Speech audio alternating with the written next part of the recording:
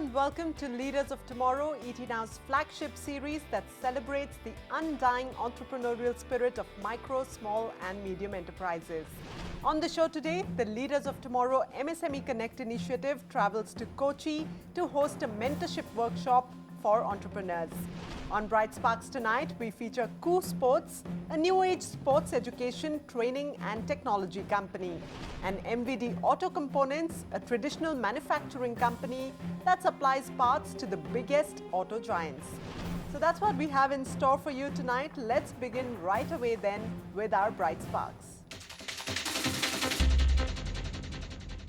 Our first Bright Spark tonight is a company that was set up with the passion to get kids of today to embrace sports and a healthier lifestyle. Mumbai-based Koo Sports delivers grassroots programs at schools to initiate interest in sports and nurtures and promotes sporting talent through its development centers. ET Now's Polami Mukhopadhyay brings you this report. India is a country that celebrates sport as a culture and worships sportsmen as gods. But it's not just about the equipment or the personality. Sports is about rigorous training and modeled education. With an aim to address the issue of sports education at the national level, Koo Sports was born in India. Promoted by three sports enthusiasts, Chirag Patel, Kashif Siddiqui and Puneet Mehra, Koo Sports serves as a vehicle to transmit the message of health and fitness to young Indians. So what we're doing is we start off with training children in school. We call it the in-school program, and it starts from 1.8 years till the time the child finishes his school. We have academies, which is the second leg of the chain, where a child who's interested in that sport comes to the academies, to the development centers, and then learns that sport. We then take the child to high development performance development centers. Koo Sports follows a three-tier approach in its curriculum. It creates an interest of sports in school kids, nurtures talent, and promotes these youngsters at a professional level. Keeping in mind the year-on-year improvement in the sports sector, Koo Sports has partnered with over 150 schools, colleges and communities across the country. How important is sports education in India, considering that every nook and corner of the country has children playing on the streets? Now, the issue around sports education and training is that there are fundamental concepts which for some odd reason in the last 30-40 years have been forgotten. And some of the fundamental concepts are very simple at its base level, is that if you do not have the right ability to jump, run and throw, how else are you going to play sports as well? If you are not able to provide structured training or education to the kids, or the importance of nutrition, for example, or the importance of being fit, and that is an extremely important ingredient for you to then pursue sports, whatever you want to do. Those are the kind of important messages which we are trying to give through this program. So food got mixed with technology and it became food tech. So are you trying to give birth to a new genre which is called sports tech maybe, since you have health, since you have technology, since you have education involved? So what we are actually trying to do here is that we are almost seeding or creating a new sector. So what we are actually defining is a sector which straddles between education and sports. Okay, so sports, so all the disciplines of sports or the knowledge of sports, and we are taking that and sort of merging it into the education sector. There is a special program in your development center which is the self-defense program. Tell us about it. It's a fairly new initiative which we started a few months ago. There were 2 or 3 things which led us to look at self-defense. So the first thing which we did is we looked at a sport which is Taekwondo. And we are hearing a lot of noise around this whole issue around women's safety and sort of social empowerment, etc., etc. So we said that's an interesting area to go with. And then of course we were talking to a lot of parents. So what we did is we've created this self-defense program which is underpinned by Taekwondo. So we are using the basic techniques and the skills of Taekwondo, but there's a lot of other things which we are teaching in self-defense. And the idea here is to allow a girl or a woman, whoever is being trained, to at least have the ability to either fight or flight, because it is equally important that you should have the basic understanding that if you are going to witness an attack, you should find an exit route as well. Gifting the startup industry a new tag called Sports Tech, Cool Sports has been elemental in shaping the future of youth with respect to health and fitness. In addition to its in-school programs, exams and tests, Cool Sports provides students many coaches who not only train them but also have undergone 4 to 5 years of expert training themselves. If I have to cluster them, right, I think there are about 3 different clusters of tie-up. The first one is when we go in tie-up, we do look at individual personalities or luminaries and tie-up with them. And just to give some names, is like a Lalchand Rajput or Raghuram Bhatt or an Apurva Desai, Sheba Magan from basketball, or there's a couple of international coaches we have from basketball and football respectively. We tie up with them. Those tie-ups are primarily done keeping in mind the delivery on the ground for our in-school programs and our sports development center, more importantly, is absolutely taken up by 3 notch. Because what happens is when we have our coaches in the system, they're trained, they're good, but they will have a level A. We need to move them to a level B or level C. With a passion to get kids to embrace sports and live a healthier lifestyle, Cool Sports has built a multi-sport curriculum that covers 14 different games. Raising a whopping 2 million rupees in fresh funding, Cool Sports has grown to become India's leading sports education, training and technology company. So that was Cool Sports, a company that has worked with more than 2 lakh kids across India. Next up is a pioneer from the auto components sector. This one is a company that has emerged as a preferred OEM for many auto giants. Today, it exports its products to over 30 countries around the world. Here's ET Now's Libza Manan bringing you the story of MVD Auto Components. MVD Auto Components in the National Capital Region has many firsts to its credit, being one of the pioneers in manufacturing and exporting auto components from India. In 1993, veteran auto industry professional Vimal Bhatnagar began his entrepreneurial journey with a clear vision to bring in affordable auto products in the Indian and global automotive markets. You started MVD Auto Components around 2 decades ago. What was the idea behind starting this venture and how has the journey been so far? Majority of the components in 80s until 90s, mid-90s, they were all imported. They were being imported by Japan or were made by companies in collaboration with foreign companies. So if you could indigenize those components and make it competitive price-wise, there was a huge market for that. I think that prompted us to get into this market, and we were very successful in doing it. Automotive industry is a highly competitive one. When you started out, what were some of the initial challenges that you had to overcome? When we started, our facilities were small and our resources were very limited. We had only technical competence to back us. But we had made a great promise that if we can indigenize these components and give a quality which is equivalent to the imported quality, there was a very huge margins and a very huge market. And that's what helped us. That is how we built it up.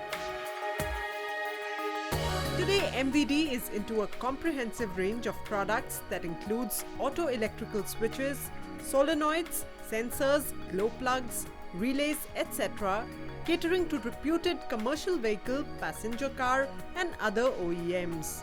Its brand Fuzi is a renowned name among leading automotive giants like Ashok Leyland, Tata Motors, Mitsubishi, and Kohler, giving MVD an edge over competition. In India, apart from the OEMs, we also have our aftermarket distribution network, which is who buy from Fuzi products in South Asia, comprising in India, Nepal, Bangladesh, Sri Lanka. Then in other international markets, where our prime customers are there in North America, in US, Canada, in Europe, like Germany, UK, Italy, France, Australia, New Zealand. There are prime markets. Over the years, MVD has emerged as a preferred OEM in India and is today serving reputed clients in 30 countries. The company has 3 state-of-the-art manufacturing units across India that offer high-quality automotive products and empower MVD to win the trust of its consumers. The company has a strong focus on ensuring high quality products. What are the steps taken in this regard? Maintaining quality at a very competitive price is the sole motto of our company. We have, instead of importing a lot of testing equipments or quality measurements, our team of managers have been able to indigenize all those things here. We have almost all the testing and simulating machines made ourselves in the company. And we take no chances on that. Having been in this industry for quite some time now, how would you present a macro picture of the auto parts industry? India has become a manufacturing hub of almost all big players. Unfortunately, India's total contribution in auto parts industry is 1.5% of the total exports. And the scope is very big, the potential is very great. Only thing what is needed is that you got to expand your markets, export markets, and make parts at a much lesser price to be able to retain your position. Today, MVD is soaring high in the auto components market with revenues of more than 20 crore rupees and is hoping to double the figures in the next 5 years. With its core focus on strong R&D and customer satisfaction, the brand is well on its way to emerging as a leader of tomorrow in the global auto components segment. So that was MVD Auto Components from New Delhi. Let's take a short break at this point. On the other side, we'll bring you snippets from the Leaders of Tomorrow MSME Connect initiative held at Kochi in Kerala. Stay with us on ET Now.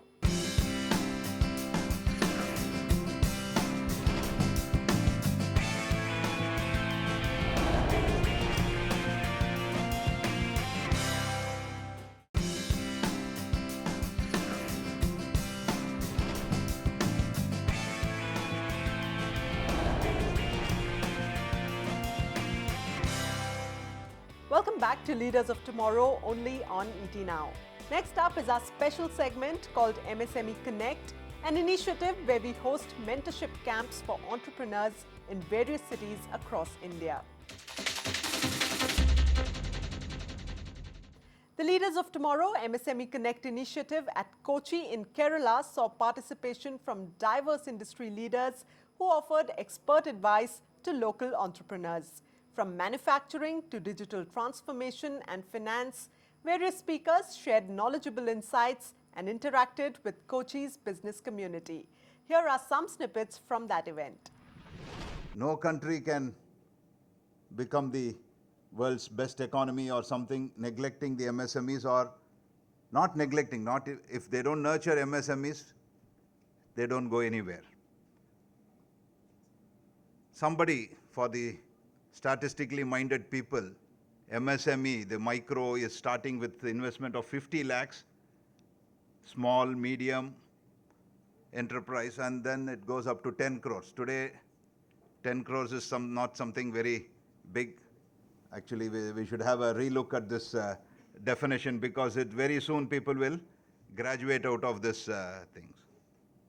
It's a very vibrant and dynamic sector, and this is the prime mover of our economy, we should say, especially in the last decade.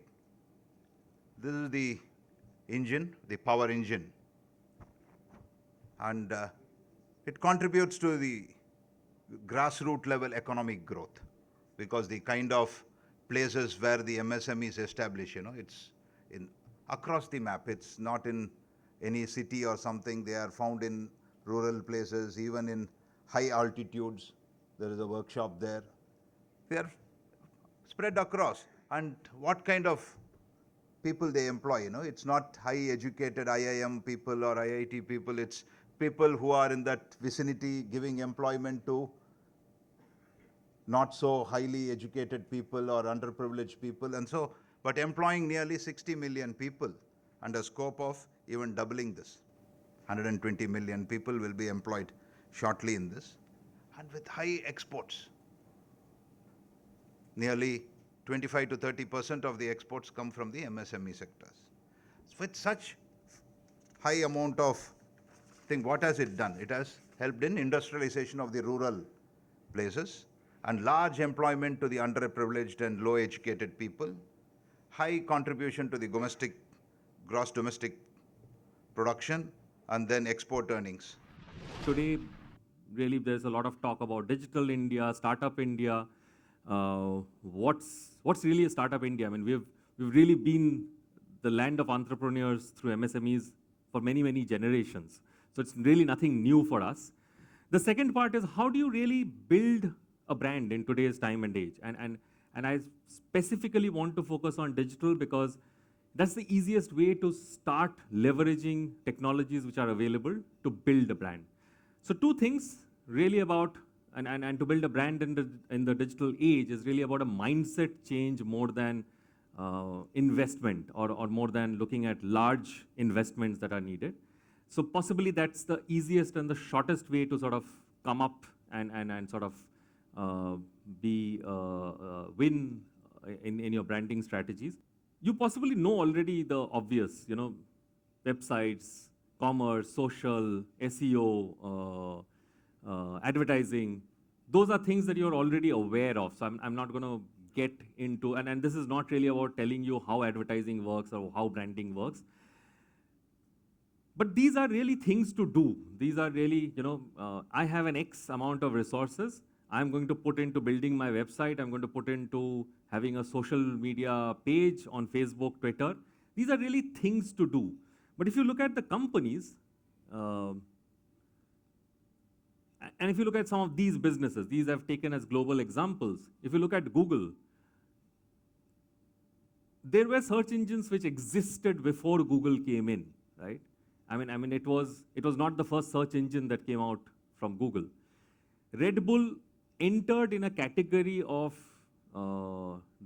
drinks where there was Coke already existed. Or Uber, there were taxi services which were already there. These were literally startups at one stage, and what we call startups, they were really small companies started in garages. And the way that they approached their business, and I think that's the mindset in the digital age.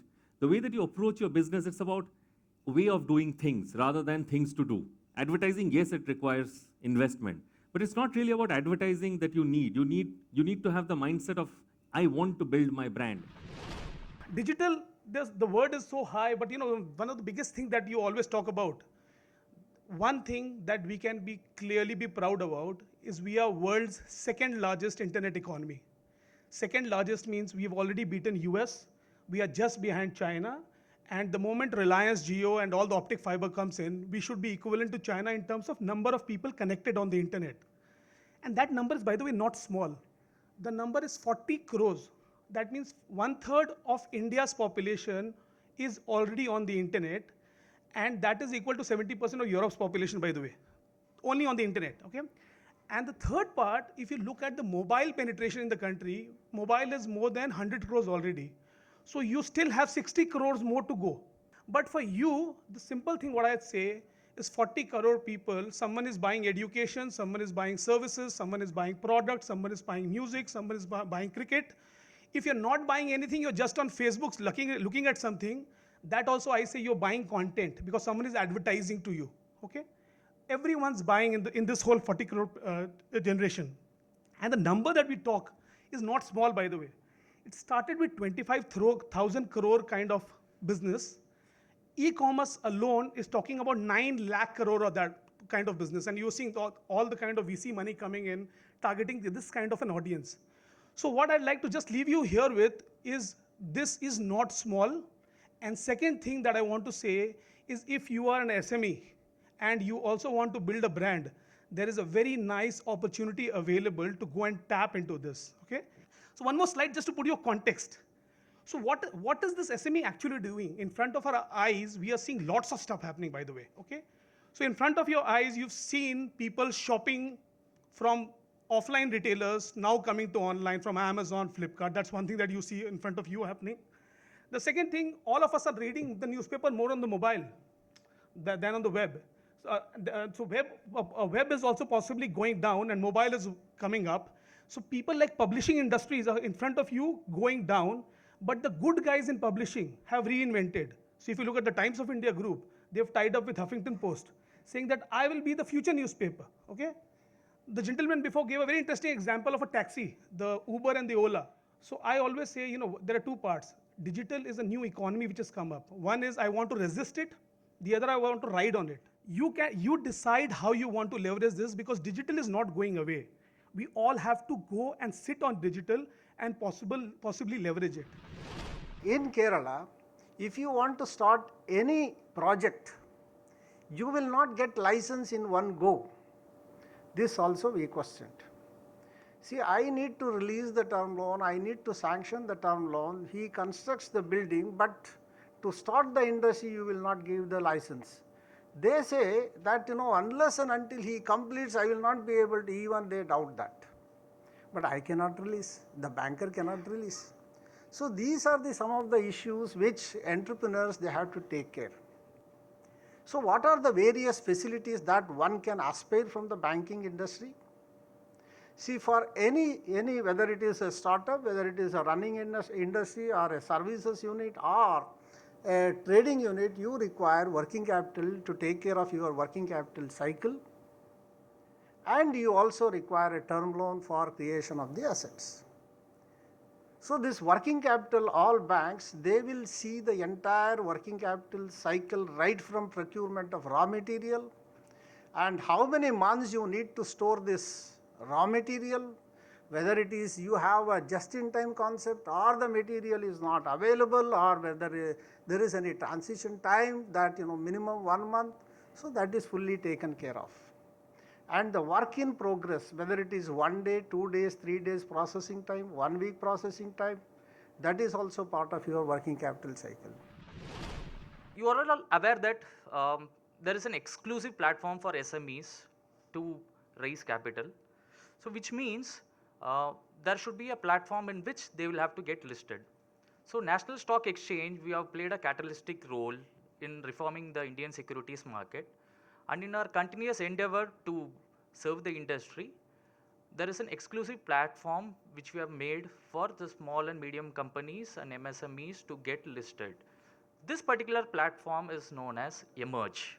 So the Emerge is the SME exchange on NSE. It is also a credible and efficient marketplace to bring the convergence of the sophisticated investors or the informed investors and the emerging corporates of our country. Further, to put it in a very nutshell, it is a very simple process where it gives an opportunity or a new and viable opportunity for the entrepreneurs to raise the capital through diversified investors in a regulated manner. What are they? To name a few, we say that it is an efficient way of raising capital in one way, because it is not that every company has a balanced or a favorable debt equity ratio.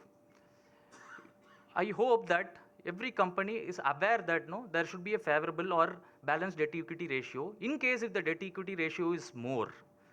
And second thing is the visibility. When you go for a public listing, when the public gets the news that there is a listing which is going to happen, automatically you will get a visibility. And it's not only the public who comes to know about this, definitely the clients, the suppliers whom you deal with on a day-to-day basis, they will come to know about this particular listing being made. And what it is all tantamount to, where it will lead to. Because we have seen speakers today talking about brand images and corporate excellences. So this particular visibility in turn will lead to a better brand image, which otherwise may remain as a dream to a lot of SMEs. Well, with that, it's a wrap for tonight on Leaders of Tomorrow. Over the weekend, we'll have business experts answering your queries on finance, technology, marketing, or any other entrepreneurial challenge that you're facing. Feel free to get in touch with us at leadersoftomorrow@timesgroup.com or reach out to us using social media by just putting in the hashtag LOT or just call us on the number flashing on your screen. Thanks for joining us. Goodbye and good night.